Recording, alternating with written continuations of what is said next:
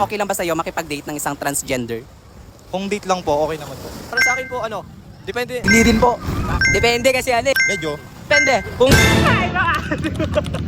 Hi mga ate kong pakarat. So for today's video is mag-interview na naman tayo ulit mga ate ko. And yes, nandito tayo ulit sa Diuliwa, Zambales. Sa mga ate ko, sobrang daming nagre-request ng part 2 ng ating if okay lang ba sa'yo makipag-date sa isang transgender woman. Kaya ayan, nandito tayo ulit. Kaya let's go!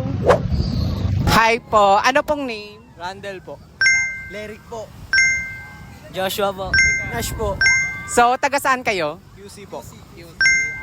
So, ito po yung tanong namin, if okay lang ba sa inyo makipag-date kayo ng isang transgender? Para sa akin po, depende naman po sa tao. Pero kung ako tatanungin, para sa akin hindi po. Kasi mas pili ko po yung yung babae sa lalaki. Ganun po. Hindi din po.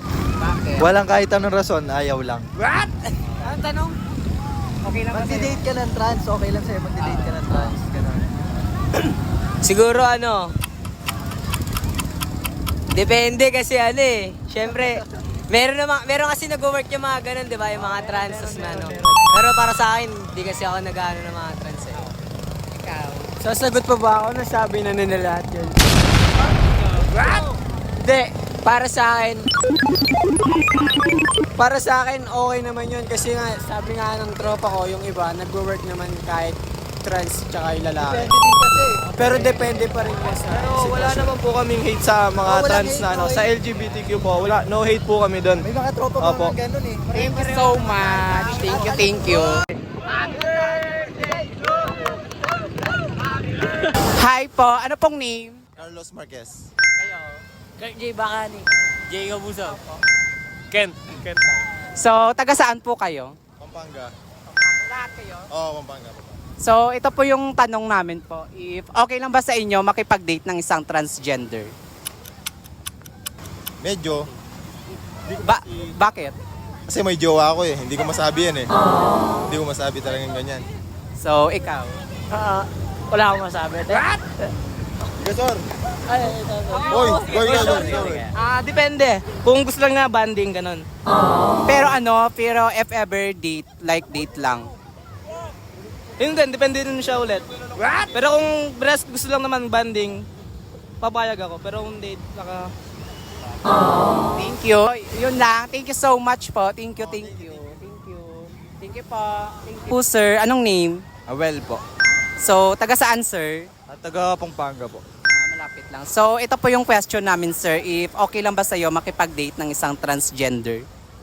Kung date lang po, okay naman po. Bakit okay lang? Wala po. Kung ganun lang, okay lang. Para sa akin lang.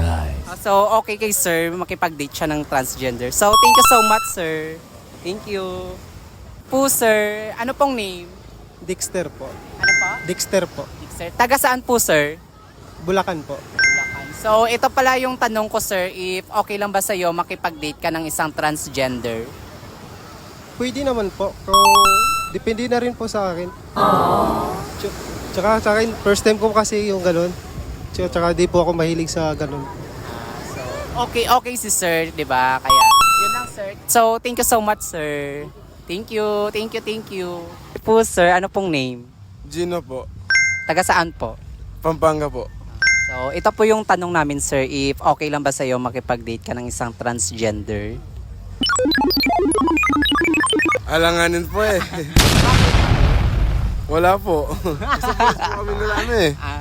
Parehas po kami ng kasarian eh. Di lang po kami ng parehas na puso eh. Ng damdamin eh. Kaya, po. Pass po. Pass po. Pass tayo, girls. Charot. So, thank you so much po, sir. Thank you po.